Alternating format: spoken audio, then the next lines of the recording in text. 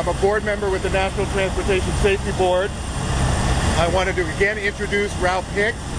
He's the investigator in charge of this accident.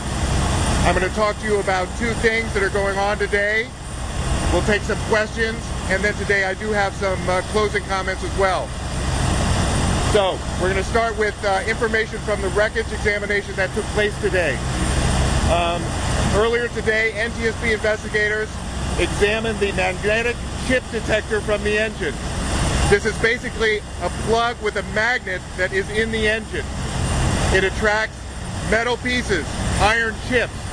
If there was some kind of damage, when you pull the plug, you would expect to see those metal chips. There were no metal chips on the plug when it was removed. So the combination that there was no engine case rupture and the absence of the iron chips is a good indication that there was no engine failure at the time of the accident. We are not ruling anything out at this point. This is just more factual information for us to use right now.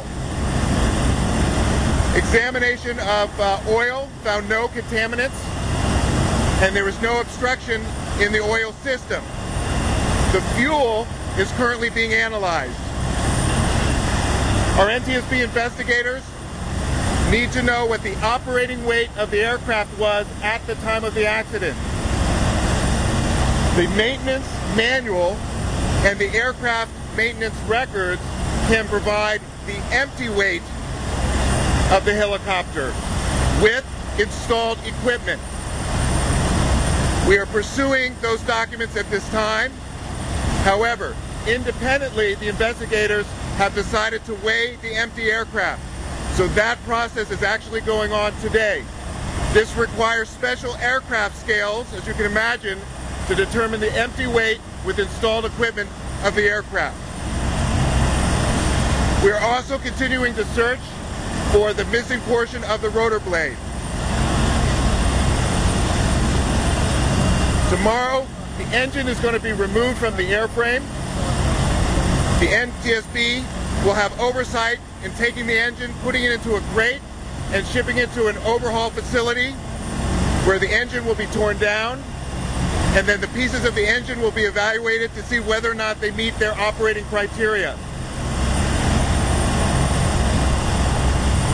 The second area I want to discuss is that, as I have previously mentioned, there was an initial interview with the pilot by NTSB investigators, and we have talked about some of the information that was obtained from that interview.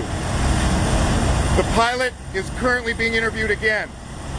That interview has been going on for over 3 hours now. Reports from the NTSB investigators are that he is cooperating fully with their questions and requests for information.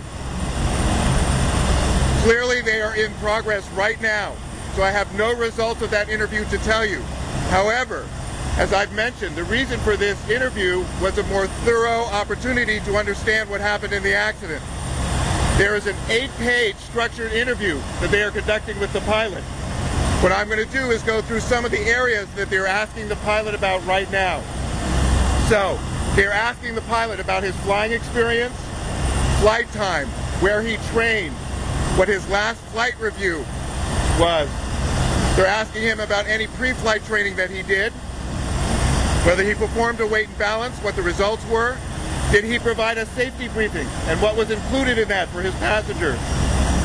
Any actual flight information, such as winds. Did he shut down the engines or leave them running while he was here at the heliport? They will ask about the takeoff sequence, specifically what happened, and his actions and responses to what happened. They will inquire specifically about the crash, how he got out, and what were the actions of the other passengers at that time. They will look for the personal pilot log, airman certificate, and this is information we have been able to confirm. He has a current medical certificate, which is required. We also know that he has a commercial pilot rotorcraft rating, single engine landing, and multiple engine landing rating. They'll also be looking at the aircraft records, which includes the airframe logbook, as well as the engine logbook, a record of any changes, routine maintenance, and any compliance with airworthiness directives or safety bulletins. They'll also be trying to determine the last required inspection and whether that was met or not. What we'd like to do is take some questions, and I do have some concluding comments, so when you're done with your questions, we have a few other things.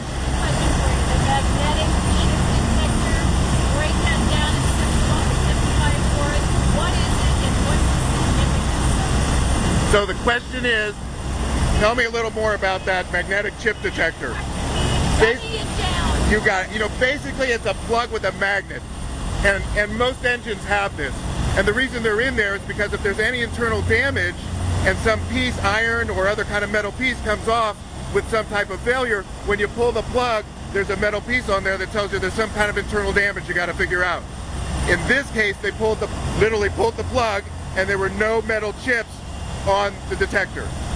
So again, the combination of no engine case rupture and the absence of these chips indicates very likely, no rule out, that there is no internal engine failure. How big is this plug and where is it located on the front? How big is the plug and where is it located? For this helicopter? And where is it in the engine? It's on the lower side of the gearbox where the accessory drive is on the engine. So you got it. It's about that big, a few inches big, and in the lower section of the gearbox.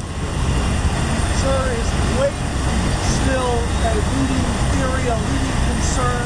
And when you say you have to do a weight and balance check, how would he know, given wind conditions and given the size of his passengers? How do you make that call? So the question is still what role of weight and balance plays, and giving all the other conditions, wind, etc., how he or we, anyone makes an evaluation of how that played a role. Let's break that down. First is weight and balance is just one factor we're looking at. And as you know, we've talked already about trying to understand the operator, the pilot, how he's certified, where he's trained. Weight and balance is just one of several factors that's being looked at. We've already talked about the pilot, his number of hours, his training, all the other questions we're asking him right now. We are trying to look at specific mechanical aspects. Weight and balance is one more piece of that. What you're seeing is it's not even 2 days basically, and what you see is the evolving nature of this. So while we may question weight today, we're actually weighing the aircraft.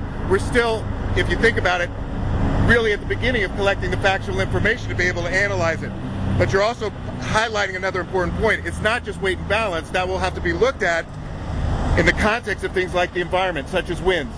So we know winds will play a factor in the stability of a helicopter. So you're not just looking at any of those independently, but also the combination of those. But how would this pilot be able to make that determination? How many passengers he can have with the wind? If you don't have that number, how would he have that number? How much weight he could have with 20-mile-an-hour winds? So the question is how the pilot would be able, in the circumstance, determine his weight and balance issues, etc. There is a formula for that, and there's a specific formula for the aircraft, and that's determined, which is why we have to get all those numbers to be able to make that calculation. Hence, you have to know the empty weight to be able to eventually get all the numbers to get to the operating weight, and how that fits in the max gross weight. That can be calculated. We have to get all the information, and then ask him, did he perform that calculation, and what did he actually come up with when he did that? And did he? And the question is, did he? That's part of what we're asking him today. Other questions? At what point does he have to do this calculation? Right before takeoff, or what point before the flight? At what point would he do that calculation? That's actually a really good question, because that can actually be done pre-flight, which means that even before he came to the heliport in Linden, New Jersey, he could have done that calculation. And again, that's a lot of information we have to get. What did he know before he got here? Meeting those people, those are the questions that need to be asked to be able to perform that calculation. Did they have any luggage or anything, or was it just them? I'm sorry? Did they have any luggage or heavy bags or anything like that with them, or was it just the people who got on it? So the question is whether the passengers had any bags with them. We're asking and trying to find out about that. And you're pointing out all the different factors that would have to go into that calculation. One more question? Yes, sir. You mentioned yesterday a maximum weight. I think it was about 3,200 pounds. But was there any sense of what a max weight for the human, the actual passengers on the helicopter? Because the 3,200 includes fuel, it includes mechanics, etc. So his question is, Yesterday we talked about 3,200 being the maximum gross weight for the aircraft, and the question is, so how do you actually figure in all the other things that are there? And that's what we're talking about, calculating the operating weight, because that's the maximum. Part of the reason you want to weigh the empty aircraft is to understand sort of what's it like with all the installed equipment, but all the other information we have to get about the passengers, cargo, fuel, and the other information we come up with is what's needed to make that calculation. How much does So a gallon of gas? let me make that the last question and just give you a last few comments. First of all, the NTSB wants to thank NYPD. They have just given us tremendous support since we've been on scene here and continue to do so, and we really want to thank them for their efforts. Also, this is going to be the last formal briefing on site. I want to highlight that while this is the last formal briefing, the investigation continues. The on-site investigators are here probably at least Friday or Saturday, maybe through the weekend. And so while we're not going to be here in front of you, the investigation on-site continues. For further updates, you can get information from the NTSB Public Affairs. And in 5 business days, there will be a preliminary report of the accident. I remind you that Monday is a federal holiday, so the preliminary report will be out Wednesday, October 12th. Where can you get this information? NTSB.gov. The NTSB website, ntsb.gov, will be where the preliminary report can be found. Public Affairs will tweet the announcement so you know when it's available. And just for your information, all of the press briefings that have been conducted are all uploaded there as well. So any of the original material you'd like is available there.